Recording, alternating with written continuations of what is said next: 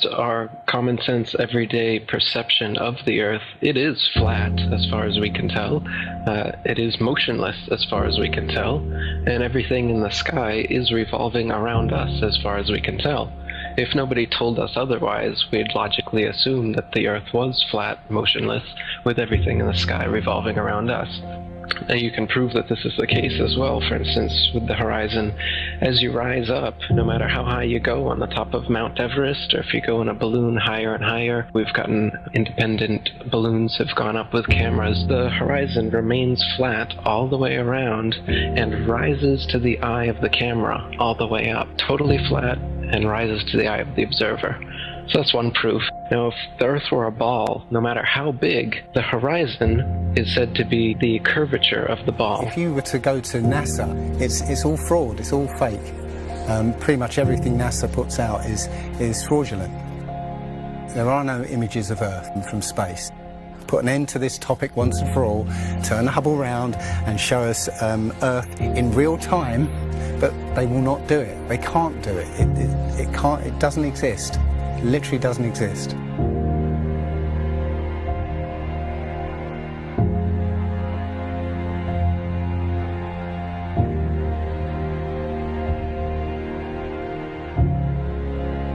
Looking at these images of Earth, including the one they call the Big Blue Marble, which was released in 2002, I think. Zoom into it with Photoshop, you'll see where they've used the clone tool in Photoshop to take a picture of one of the clouds and stamp it in various places around the picture. They got lazy. If the Earth is 25,000 miles in circumference, there must exist a curvature drop of 8 inches times the mile when you square the mile. 1 mile means there should be an 8-inch curvature drop. 2 miles, 2 times 2 times 8 is 32. That's 32-inch drop. 3 miles would be a 72-inch drop. And this would exponentially continue. Here's the longest bridge in the world. The Danyang Kongchon Grand Bridge in China, 102.4 miles long. There should exist nearly 7,000 feet of curvature drop in that bridge. 7,000 foot curvature drop. Do you see it? It ain't there. Look at the horizon. It's flat. You can see in that dive shot that the inside camera, the horizon is completely flat. Then it goes to the outside, and you got a huge curve. But when you're looking at some of the amateur balloon footage, some of it's lens corrected and it's completely flat.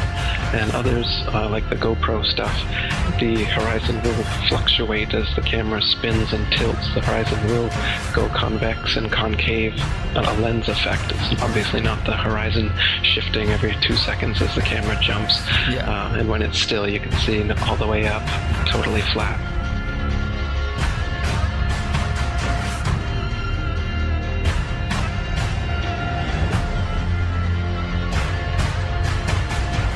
NASA is essentially Hollywood, and all the images that you think you've seen of a spinning ball Earth are faked.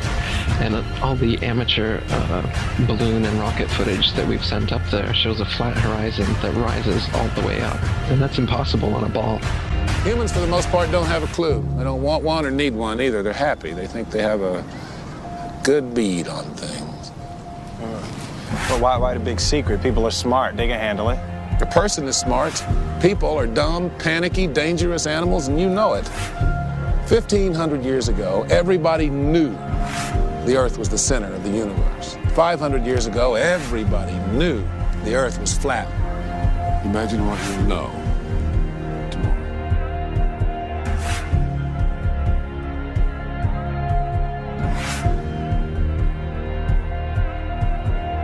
The horizon, for instance, is always completely flat, and you don't feel any motion.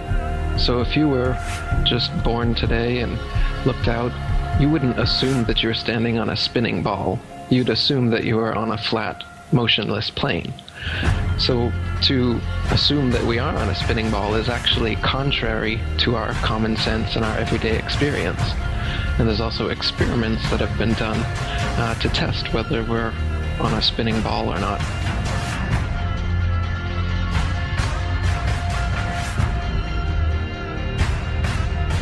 My question was, why, if it's a flat Earth, why couldn't you stand on the coast of California with a telescope and see Japan or Hawaii or something? And I think you know the answer to that. I'll let you answer that. Yeah. You can't see an unlimited distance. The lowest layer is the densest and not transparent. So if you imagine like a hot, humid day, the haze over a road, all telescopes will eventually blur out in that same kind of way due to the air. So no, you can't see an infinite distance. Is the Earth flat or round? It's round. Okay, now let's see. How do we go about proving that? Go to the seashore. Go to a seashore. Watch as ships sail away. They don't disappear all at once. No, first, the bottom will disappear. See, the bottom of the ship is gone. Now we can see midway up, and then the whole thing disappears. Now, ships came back. They didn't fall off the table. So people realized that the world is curved. I mean, it's a big curve, but it's curved. So, the process of testing claims, the world is flat, the world is round, is what we call science. Now, if you have a claim that can't be tested, that's what we call pseudoscience. Extraordinary claims require extraordinary proof. Extraordinary claims require extraordinary proof. Boats don't disappear over the curvature of the horizon. Boats disappear due to perspective. All you have to do is go to the beach, watch a boat disappear from your eye, and then whip out your telescope, your binoculars, or your high-powered zoom on your camera, and you can pull the entire boat right back into view. Whole mass and all. Yeah, that's right. You think the boat disappeared? Just whip out your telescope, your binoculars, or your zoom camera. You bring the entire boat back into view, completely debunking everything Coy just told you. And here's my video proof. Extraordinary claims require extraordinary proof. Imagine that. You can debunk the curvature of the Earth yourself with just a simple zoom on your camera. Bye-bye, little boat. The flat Earth? Well, that didn't stand up to tests. The round Earth did. And you guys, come on. Everybody watches newscasts. You all use mobile phones. You all see airplanes fly around. You all go to see Ed Sheeran in concert one day in London, another day in Melbourne, Australia. This all depends on our fundamental understanding of the size of the Earth and its shape with extraordinary precision. What the fuck did you just say? The way we teach science is you're just some empty vessel and we pour the science into you and then you regurgitate it on an exam. Right. Because Earth, we know it spins once day, yes. Off to a great start. So you spin, when you spin pizza dough, it kind of flattens out. Yeah. Gets wider in the middle. And so Earth, throughout its life, even when it formed, it was spinning. And it got a little wider at the equator than it does at the pole. Not only that, it's slightly wider below the equator than above the equator. A little chubbier. Yeah. Chubby's a good way. It's like pear-shaped. Yeah. So, it turns out the pear-shapedness is bigger than the height of Mount Everest above sea level. Well, let me just so you understand. We've been fed a lie our entire... I want to call it a lie.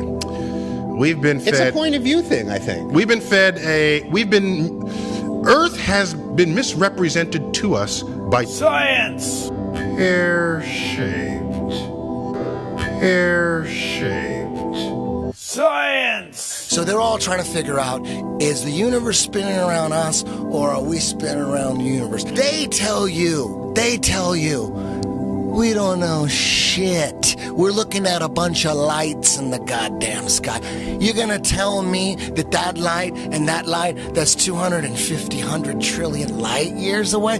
How the fuck did you figure that out? Well, don't they have an explanation for that shit? No, exactly. That's what you just said right now. What you just said now is what everyone's natural reaction. Because anytime someone says anything about space, you automatically think, someone figured it out. You don't know the guy's name. You don't know the name of the experiment. You didn't look into it yourself. You just think when someone tells you, how far is the Earth from the sun? They'll say, 93 million miles away. Like you just, everybody relies on someone figured that out and someone double checked it. You're going on what you read. And right now, cosmology, they don't know what the fuck to do. You know what they found out? The cosmic microwave background shows that all the galaxies are on shelves lined up to us. That we're at the fucking center. They don't know what to think about. Yeah, there's a lot of controversy going on about it. You should see the stars do all sorts of strange motions, but you don't. You only see them make these perfect circles. That tells me that it's the stars that are moving, not the Earth.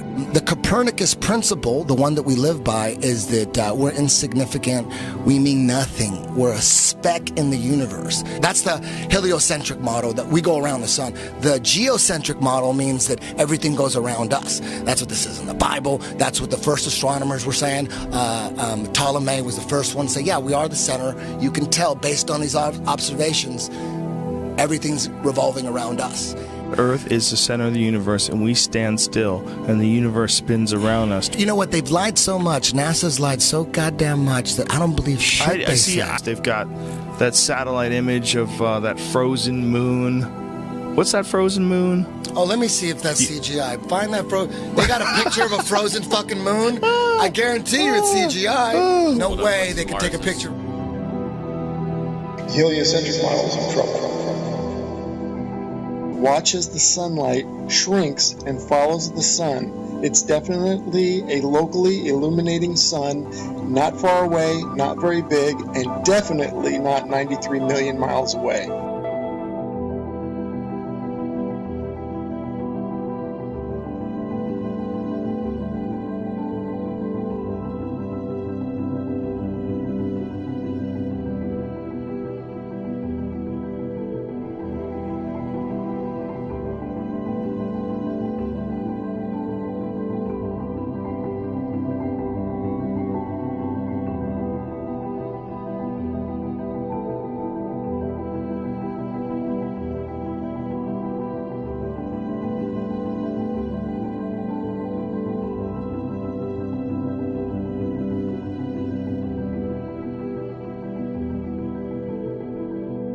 There's a place in Bolivia called Salar de Uyuni, which is a salt flat. It's literally 100 miles wide one way and 80 miles across. And it's perfectly flat. And when it rains, literally you get an inch of water and it looks like a perfect mirror. Now, how does that happen on a sphere? Yeah, it shows you that, you know, if you're one end of this salt flat, you can see perfectly clearly the other end 100 miles away. So it's just showing you that, you know, the Earth is flat, and without the effect of the waves in the sea, you'll be able to see a whole lot further.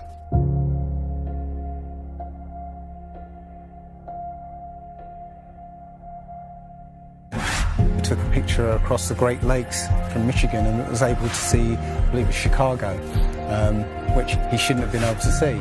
And the television station basically said it was a mirage. I found this photo, Randmere State Park. This is from Joshua Nowicki, and what you're seeing here is a mirage.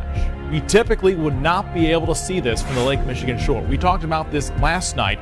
Conditions are right on the lake that we're actually seeing a mirage of the Chicago skyline. Warning, bullshit alert. very interesting here. Here's what's happening. This is a good example of a Superior mirage. So Joshua was on the Lake Michigan shore. He was looking towards the west, and Chicago's beyond the horizon. Should not be able to see it. However, with the right conditions, we have an inversion. We have cold air near the cold lake water and some relatively warmer air above it. This will bend the image of that skyline back towards the viewer. And so typically we would not be able to see this. This image would be viewable from much, much higher in the sky. They always say it's a mirage, but for a mirage to happen, you have to have very specific atmospheric conditions. It's not a mirage. It's simply that you're looking across a plain.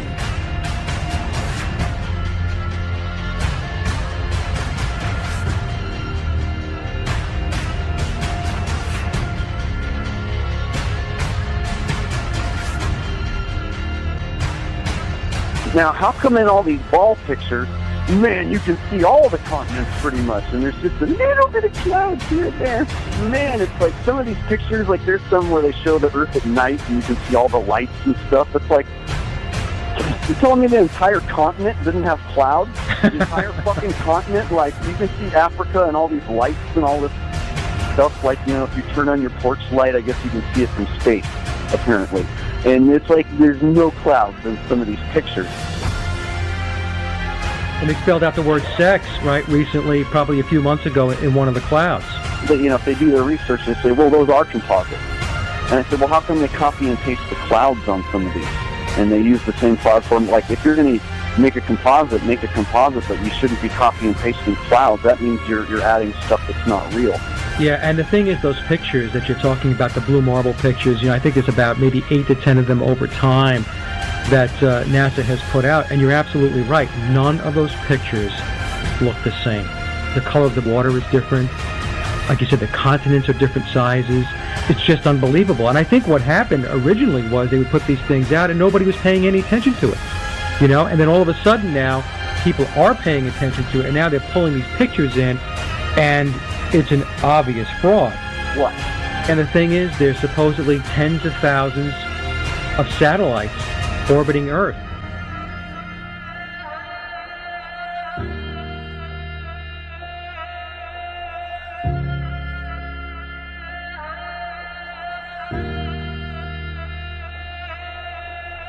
We can't get any close-ups of Earth. We can't get a view of Australia with the buildings upside down.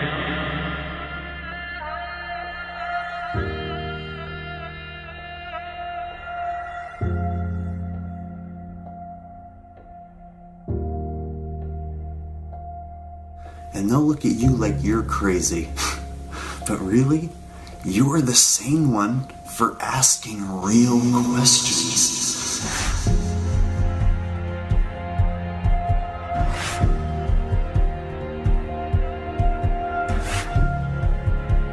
They're the fucking idiots for just repeating school book bullshit. That's how it works. I was taught school book bullshit in public school, and somehow I was able to break free and free my mind. You know how I did it? I watched NASA rockets explode a bunch of times.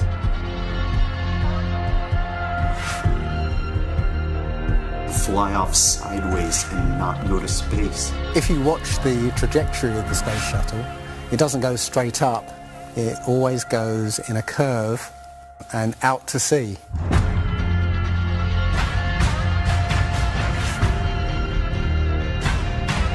The point is, they actually go horizontal. The space shuttle goes horizontal. It never goes any further up. It goes horizontal, very, very low down in the atmosphere.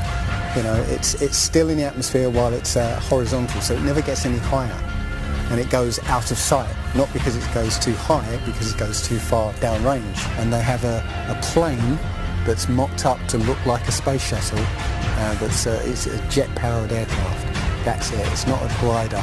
It's an aircraft.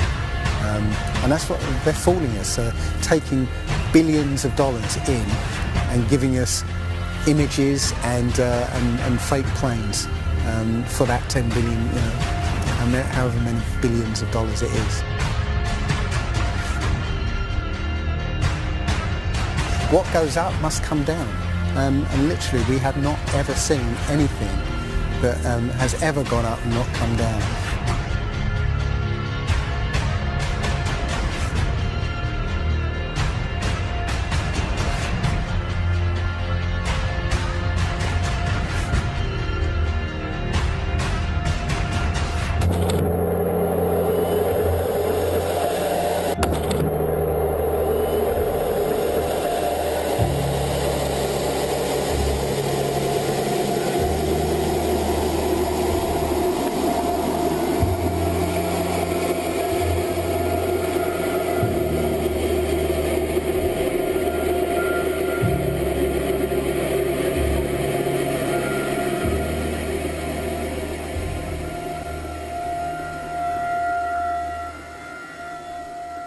One thing I really want your generation to embrace is that the Earth is a closed system.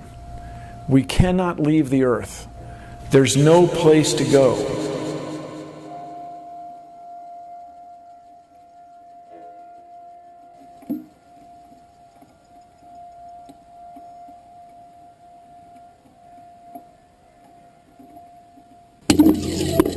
Rockets don't have brakes. It literally stopped. All of that angular momentum from the rotation of the rocket and the linear momentum from flying up just stopped. No, it had to have hit something. What would it hit? If it hit a solid surface, the rocket would have been destroyed, and most likely the camera too, so we wouldn't have the footage, and obviously that's not the case.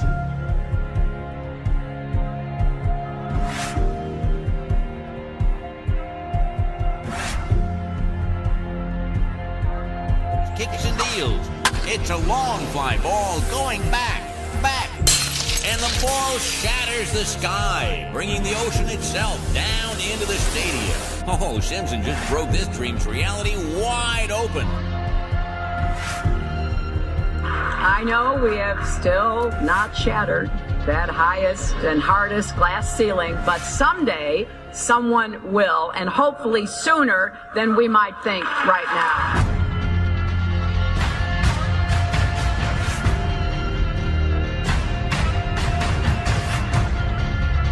There's no place to go. Although we weren't able to shatter that highest, hardest glass ceiling this time, thanks to you, it's got about 18 million cracks in it. And it may be hard to see tonight, but we are all standing under a glass ceiling right now. People figured out that we were an enclosed system. The more advanced we got, it would be the biggest thought on our minds. That's all we care about. You could make a wildlife preserve 1,000 miles square. All people, all human beings would do is just be knocking on the fence constantly, going, why is this fence here? Who built the fence? Why are we in here? And so on and so on. Why do you think that Truman has never come close to discovering the true nature of his world until now? We accept the reality of the world with which we're presented.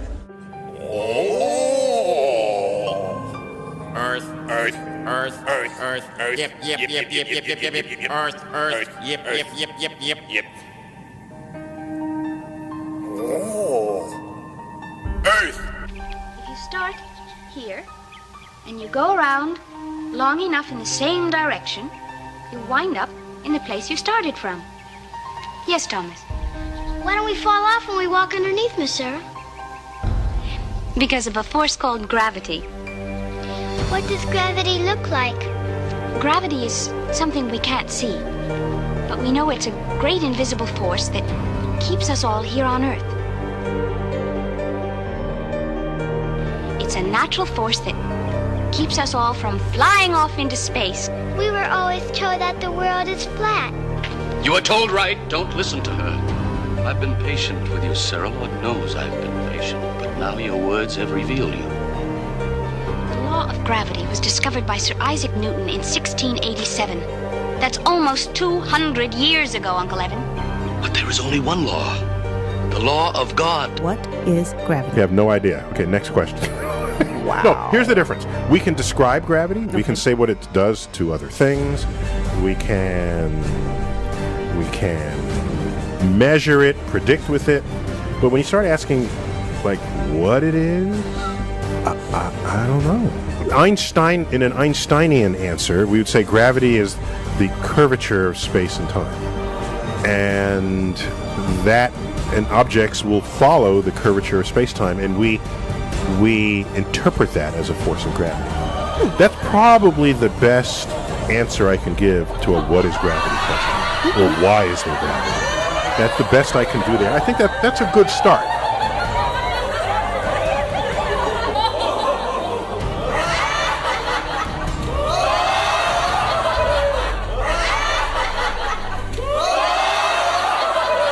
The world is round.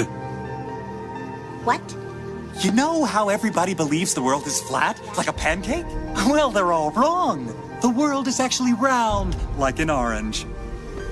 The world is an orange. And? And? Well, that's it. It's a great idea. It's one of my best ones. Yeah, but what kind of orange? Is it a navel or a juicer? What?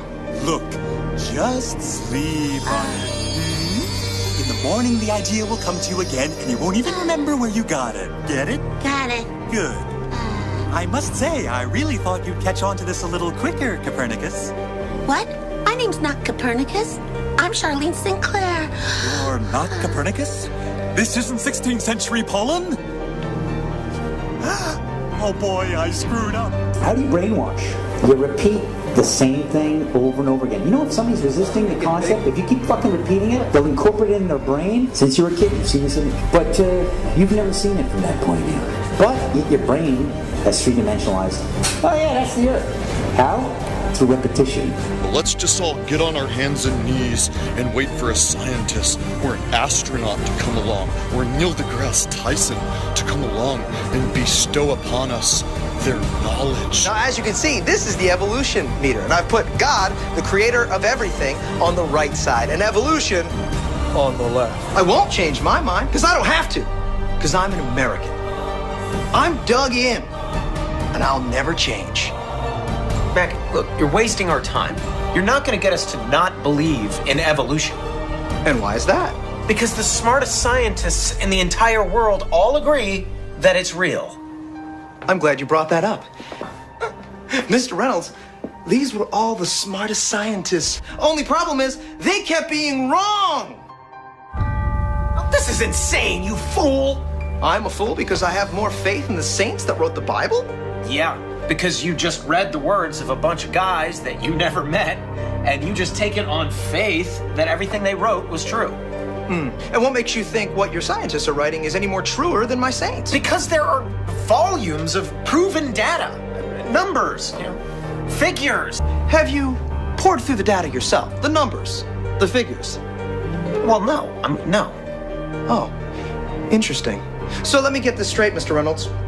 You get your information from a book written by men you've never met, and you take their words as truth based on a willingness to believe, a desire to accept, a leap of, dare I say it, faith? Come on. Look, I mean, I don't even know how I'm supposed to respond to that. Like, come on. I rest my case. Matter tells space how to curve. Space tell... Did I get that right? The science community is ignoring a lot of the things that we're looking at, and so normal people are going out and doing experiments. And one of the experiments has turned up an amazing fact that we've not been told, and it destroys the whole idea of this heliocentric system, and that is the moon. Now, you can actually measure the temperature of the moonlight next to the temperature of the shade of the moonlight, and you'll find the moonlight is colder than the shade, the opposite from the sun. So the moon is throwing out its own light, and that light is the opposite from the sun. Now, that tells you that it's not reflecting the sun's light. It's producing its own, and its light is different from the sun's. So, you know, the scientific community have not told us this, because they won't tell us this, because it destroys this idea that the sun is, is lighting up the moon. everyone knows, like, if you're in sunlight, it's colder in the shade, right? So if it's 100 degrees in the sun, it's 90 degrees in the shade. You go to the moonlight, like especially in a full moon, especially if it's high in the sky, the moon is its own independent object. It is not reflecting the sun rays. The sun is its own object. Also, you know, about the same size, which is, you know, again, coincidentally, you know, why the moon fits so perfectly in front of the sun during an eclipse. We always thought it was coincidence that even though it was 400 times farther away, that it was also exactly 400 times less diameter, which is why it fits. And the other weird thing about the moon, which everyone thinks, oh, it's just a coincidence, is that we never see the other side of it. It's constantly perfectly rotating, so we only see one side of the moon. Exactly one side. It's not like we have like a quarter of a degree every 5 years or half a degree here and there. It's always the same side. There are no coincidences when it comes to this system. It was deliberately built, but I think it was deliberately built to be detected. And I think we were naturally supposed to figure this thing out maybe as late as the 1970s, but the government figured it out first, and they have been spending a heck of a lot of money trying to keep it a secret.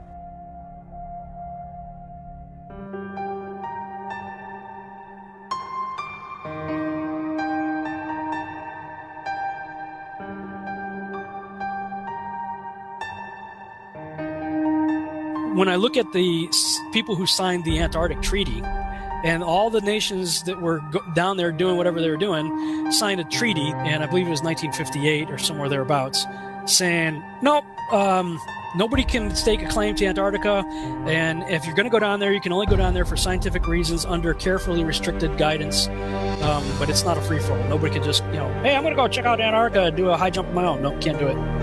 It's the only treaty that's all these countries have signed and never broken and completely agreed on. It's the only one. What treaty is there that everybody's agreed on? We're being kept away from it for a reason. They have some scientific bases there, and literally it's controlled by the military because they don't want you finding out what's beyond. During 3 voyages lasting 3 years and 8 days, Captain Cook and crew sailed a total of 60,000 miles along the Antarctic coastline, never once finding an inlet or path through or beyond the massive glacial wall. So the other question is, well, how come ships don't go off the sea if it's flat? How come ships don't fall off the edge? Well, here's why you don't fall off the edge. There's a 200 to 300 foot high wall that is the border that Scripture says is keeping everything in. Nothing's going past that. Because they don't want you finding out what's beyond.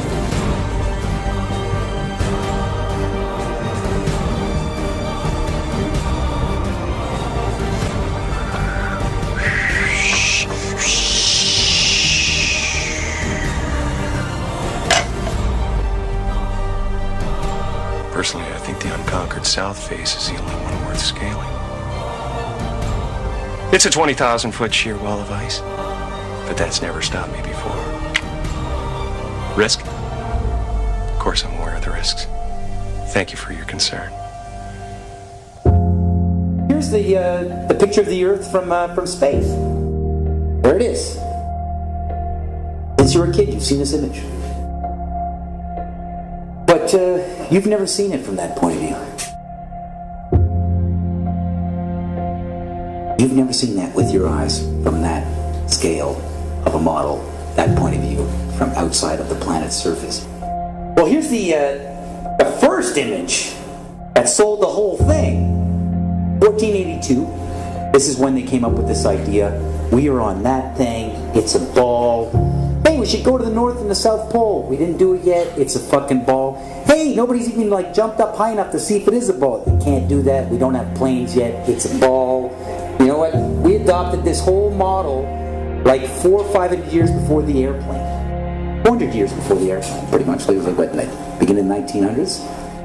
They went to the North Pole in the 1900s. This is 1482. Nobody went to the top of the globe, to the bottom, or flew up, or built a skyscraper. It's funny that we said that this is what we're in right now. This is what we're on before any instrument approved. This is the first time we actually had like an instrument of flight. Actually go high enough to actually fucking check out if what we agreed to 500 years ago was real. So if they were wrong after 500 years, Question is, what they tell you?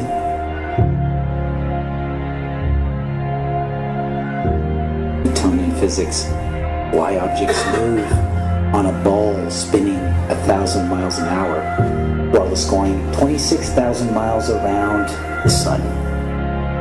Basically the model we're accepting right now. The sailor thinks that he's traveling around the Earth this way, when in effect he's traveling around the Earth this way. They began flying it around the world from Abu Dhabi last year, with stops in India and China, then across the vast Pacific.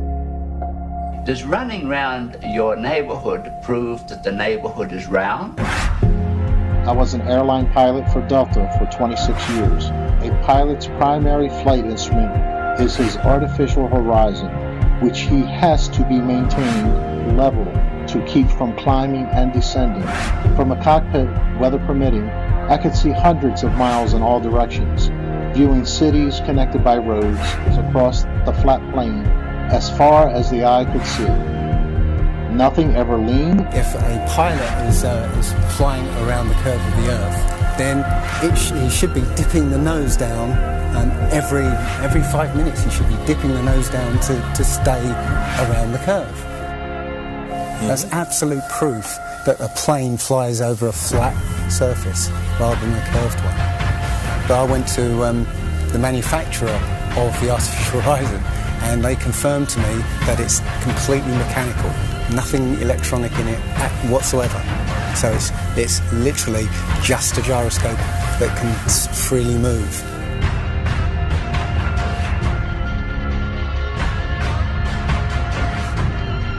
That right there is proof to me that planes fly over a plane.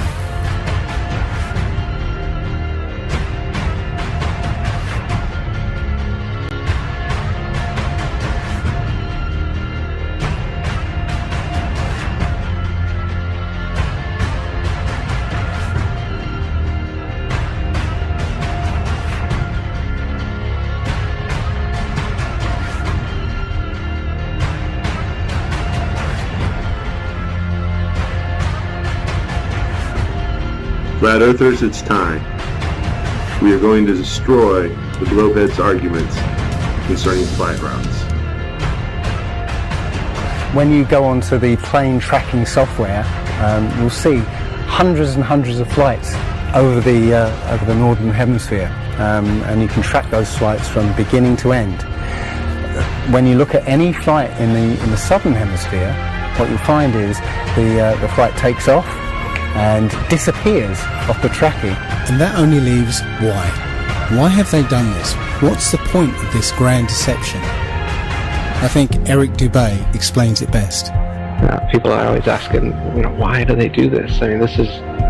Other than the obvious profit margin motive, NASA being the biggest black budget black hole in existence, sucking in over $30 billion taxpayer money for the fake moon landings alone.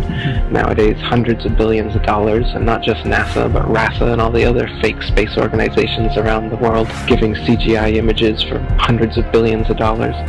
You want to put something in context. If you want to do something with $3.5 trillion, you can do whatever you want. Whatever you judge to be important to the profile of the nation that you are trying to build and to sustain. So by surreptitiously indoctrinating us into their scientific materialist sun worship, not only do we lose faith in anything beyond the material, we gain absolute faith in materiality, superficiality, status, selfishness, hedonism, and consumerism. If there's no God and everyone's just an accident, then all that really matters is me, me, me. So they've turned Madonna, the mother of God, into the material girl living in a material world. It's all about making us feel nothing, so that we can be used. If everybody realised how special we all are, how unique every single life is, then this whole world would change overnight. We wouldn't allow ourselves to be used by this cabal. I start from the supposition that the world is topsy-turvy, that things are all wrong, that the wrong people are in jail, and the wrong people are out of jail. that the wrong people are in power, that the wealth is distributed in this country and the world in such a way as not simply to require small reform, but to require a drastic reallocation of wealth. All we have to do is think about the state of the world today and realize that things are all upside down. Now, if you don't think, if you just listen to TV and read scholarly things, you actually begin to think that things are not so bad, or that just little things are wrong. But you have to get a little detached and then come back and look at the world, and you are horrified. Now, as soon as you say the topic is civil disobedience, you're saying our problem is civil disobedience. That is not our problem. Our problem is civil obedience.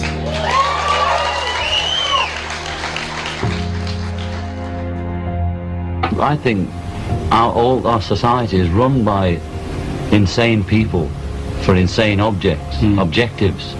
You know, and I think that's what I sussed when I was 16 and 12 way down the line, but I expressed it differently all through my life. It's the same thing I'm expressing all the time, but now I can put it into that sentence that I think we're being run by maniacs for maniacal ends, you know. If anybody can put on paper what our government and the American government, etc., and the Russian, Chinese, what they are actually trying to do, you know, and what they think they're doing, I'd be very pleased to know what they think they're doing. I think they're all insane, you know, but I'm liable to be put away as insane for expressing that. You know, that's what's insane about it. And someone else says it's flat. That's worth reporting. Should we still debate whether the Earth is flat? Like they used to think the sun went around the Earth. Everybody say that's scientists. Well, he's so smart. Other science refuted it. Right, but back then, like everybody at that time thought that guy was smart. Why at this time do we think that the Earth goes around the sun? There's an overwhelming science that the Earth was flat, and there was an overwhelming science that you'll learn over time. We were the center of the world. You're just taking an authority's word for it, and all we're saying is be skeptical. Sure. And while you're being skeptical, there's a bunch of evidence that's totally against the mainstream version. And while you're being skeptical and looking at that evidence, you start compiling more and more of the evidence until you become like me, you know the truth. I don't believe the Earth is flat and motionless. I know it is. There was a lot of things that I thought I knew that now suddenly turned out to be completely different. They can't just impose stuff on us. They have to tell us about it and wait for our consent. And silence is considered consent.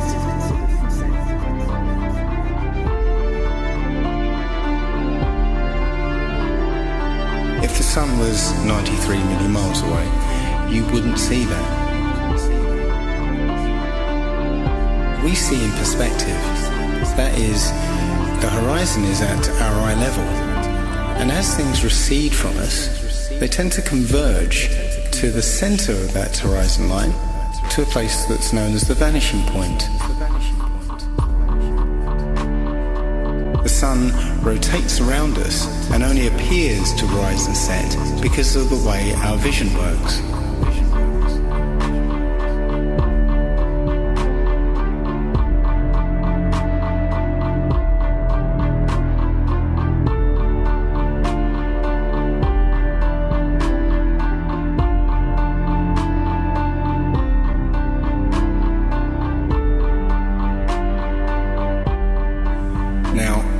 Watch the following video without the preconception that the sun rises and sets, but rather moves further away.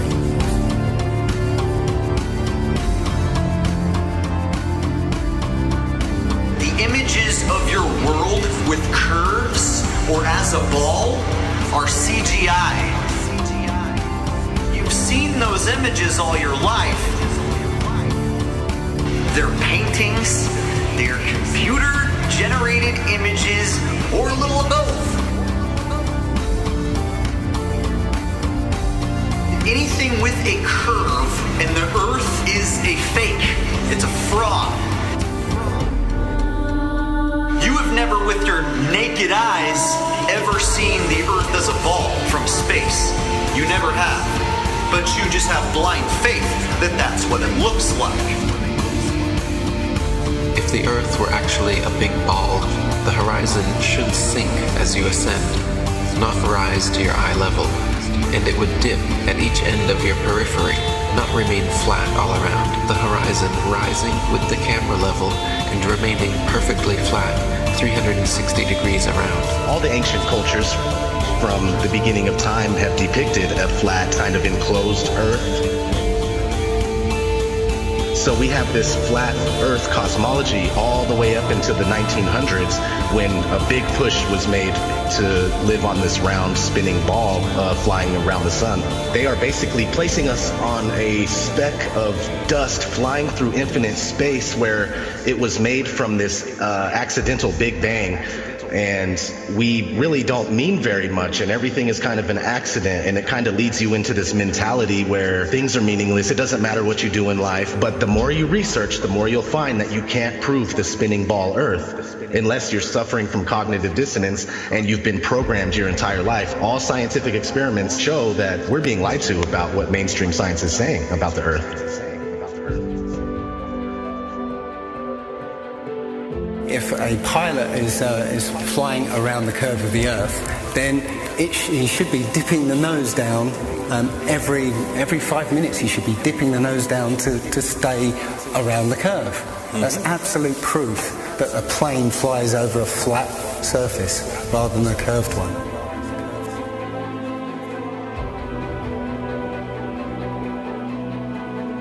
A lot of people have these laser thermometers. Now, you can actually measure the temperature of the moonlight next to the temperature of the shade of the moonlight, and you'll find the moonlight is colder than the shade opposite from the sun. So the moon's throwing out its own light. The scientific community have not told us this. Mainstream science says that we can see the curve visible at 35,000 feet, but when we're watching an amateur balloon flight without a fisheye lens or a wide-angle lens on it, there is no curve to be seen. And basically, if we were living on a ball or a sphere of any sort, no matter how high you rise, you would have to look down to see the horizon. Yet when you take these cameras to 100,000 feet, the horizon is still at eye level. That's inconsistent with any kind of spherical shape whatsoever.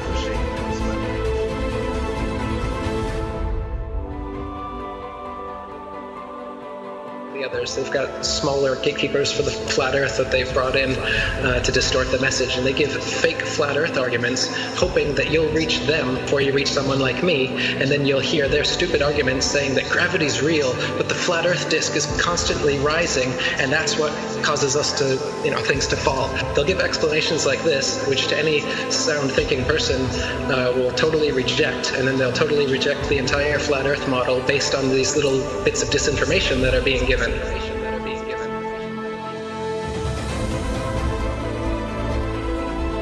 200 proofs Earth is not a spinning ball, and that's just 200. I came up with 200 because William Carpenter came up with 100 in the 1800s, and I wanted to double it. I could come up with 400 if you give me enough time and incentive.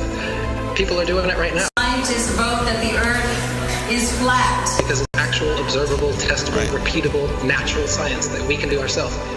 The kind of science, in quotes, that you're getting from these figureheads is not observable, testable, repeatable, natural science that you can do yourself. It's stuff that they claim that only they can do with a Hubble telescope. Only we can take images, CGI images of fake planets with our Hubble telescope. You can't. Condemnation without investigation is the height of ignorance. And I think that, Einstein was right about that. I don't believe in anything, but I do investigate everything. I don't just take things at face value or take somebody's word for it. I want to know for myself.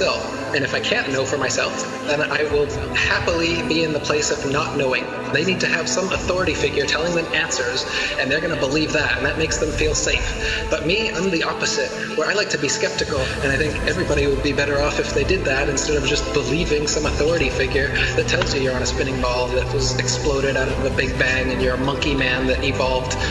It's ridiculous, and it's obvious why they're doing it. They want you to think you're a monkey, a purposeless accident that comes from nothing. Think about it, while they steal $50 million of your tax money every day. The motive is obvious. CGI images of fake planets with our Hubble telescope. But you can take a regular telescope and you can see that the images they give you are complete nonsense, cartoons, and what it actually looks like is pulsating lights in the sky.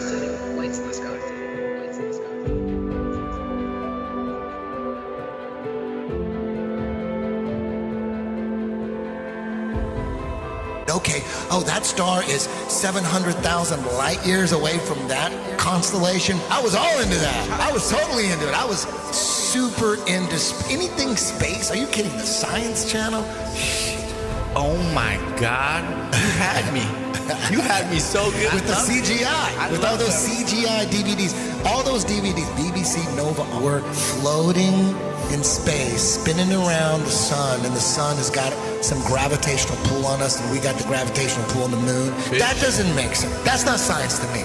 When people talk about science this, science that, I go, explain to me how that is science. There's a force that's holding oceans, keeping it from spinning and flying off because it's spinning 1,000 miles an hour. But as soon as we get to a certain altitude, it's all magic. It's not science. All that's magic. Us floating in space, and we're being connected to the sun. It has this force that's connected. That seems crazy. And we're flying through the universe, and the universe is endless. Like people say, well, if the Earth is flat, where's the edge? Like, where's the edge of this motherfucking universe? The center of the world.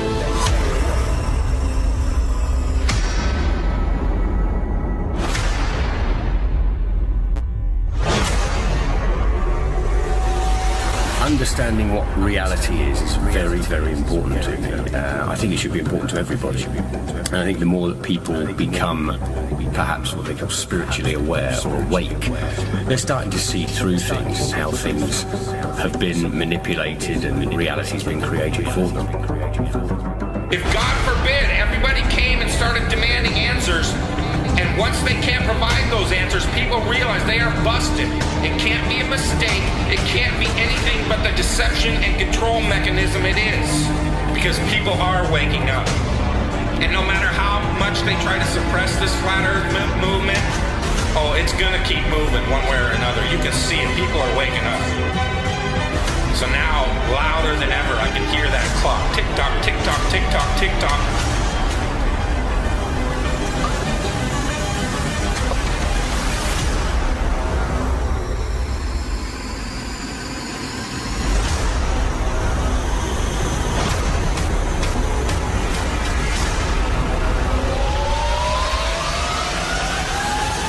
In other breaking news, the world is round, not flat.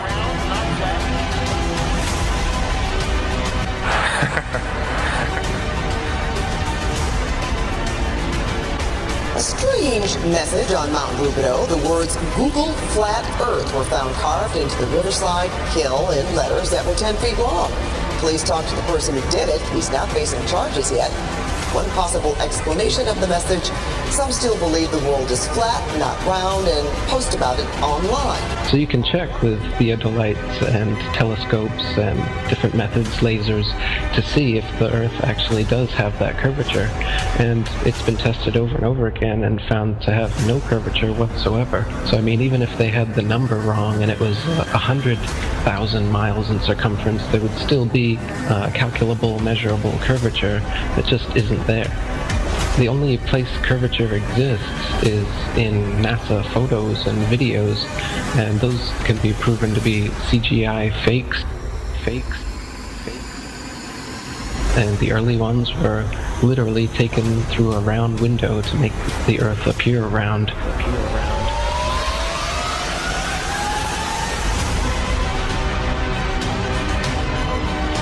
Literally taken through a round window to make the Earth appear round.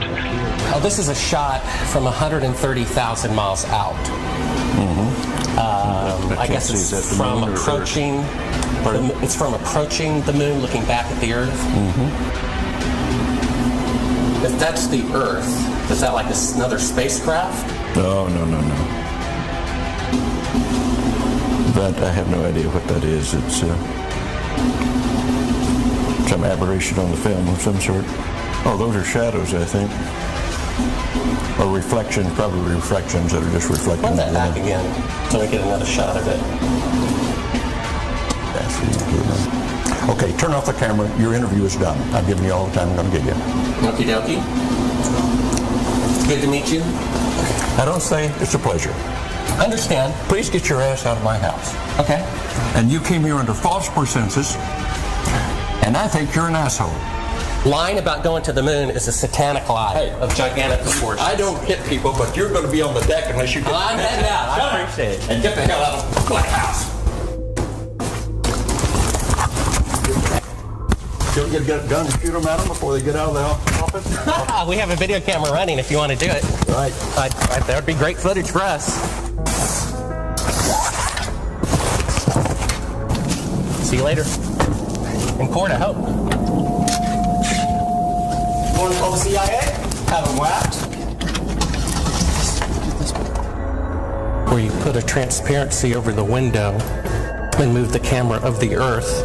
I moved the camera back away from the window, turned off the lights in the spacecraft, and appeared to be halfway to the moon when in fact they were in Earth orbit.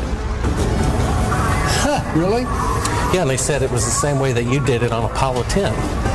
So we wanted to give you the opportunity to put your left hand on the Bible, to raise your right hand, to swear to God. Stick it in your ear. If you walked on the moon, we're given the opportunity to swear to God that you walked on the moon. I'm going to give you the opportunity to get the hell knocked out of you if you don't leave me alone.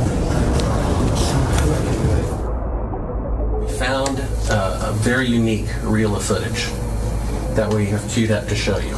Yeah. And it's from the mission. And to our knowledge, no one has ever seen it before. And it's 30 years old. And you want me to see this while you have me on camera? Well, and to tell us what it is. That's correct. And you'll see this tape proves that. Okay, well, I'm not interested in satisfying your suppositions when there's all this evidence that we did. This proves, as you see, that you were using the window to demonstrate that you were halfway to the moon when you were... Turn the camera off, please. Turn the camera off. Well, you're talking to the wrong guy. Why don't you talk to the administrator in NASA? We're passengers. We're guys going on a flight. You're a coward and a liar and a thief. Did you see shooting stars? Did you see the shooting stars? Yeah, I'm getting to that. Oh, okay. But a lot of noise going on. So I don't know the results of some of the experiments they've conducted. The point is they can't get that far from here, and they're really in the protective confines of the Earth. They're really in the protective confines of the Earth. They're really in the protective confines of the Earth. The International Space Crew attempted a spacewalk outside the station. Here's a live look at the astronauts. Well, I don't believe. I don't think that's. Yeah. Where's their space? So this is photo trickery and brainwashing that's got the world thinking that we're on a ball spinning around the sun with a magical force called gravity holding us on the underside of this spinning ball. It's all just brainwashing that we've received. It's pseudoscience accepted as legit science. But real science has confirmed geocentricity in the flat Earth.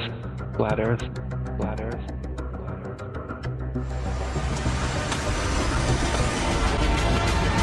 The best way to brainwash the whole world, to lie to the whole world about what the world is. In reality, we're not a cosmic accidental sneeze, nothingness turned everything. This is quite obviously intelligently designed, this thing we're experiencing here, this life, this universe. I can't believe anyone in their right mind can look me in the eyes with a straight face and say, no man, it's all random.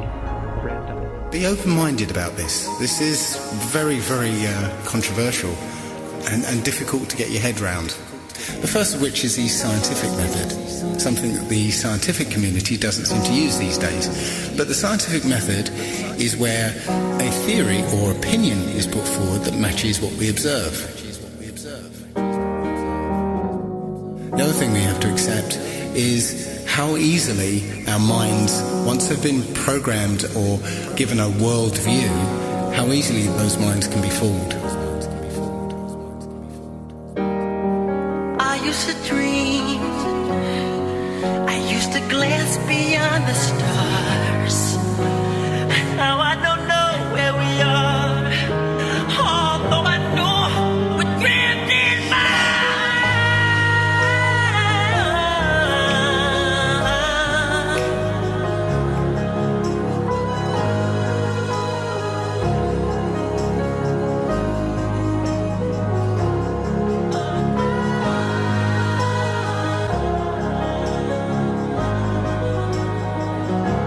The Earth isn't spinning or orbiting or being dragged. The Earth is fixed, and it's the stars that are moving.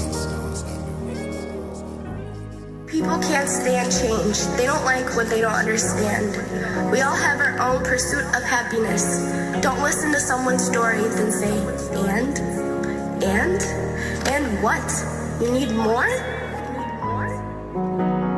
Is their happiness not good enough for you? So you judge them like you know. True happiness brings happiness to others. We are all a family, separate family trees connected at the roots. We are intelligent beings with a mind, body, and soul who truly want world peace. At least that's my goal. What happened to love? All I see is hate. The way we treat others on earth, death and chaos is our only fate. Every living thing has value and should be treated as such. We only have one earth, but act like we have so much. Do you not realize we are in control, not the 2%, who so-called own the world because it was money well spent? When there is no food, will you eat the money? When there is nothing left, will you still think this is funny? Remember, I warned you. I hope I opened your eyes so the world really gets better before it's too late to realize. Please spread the word. Please spread the word.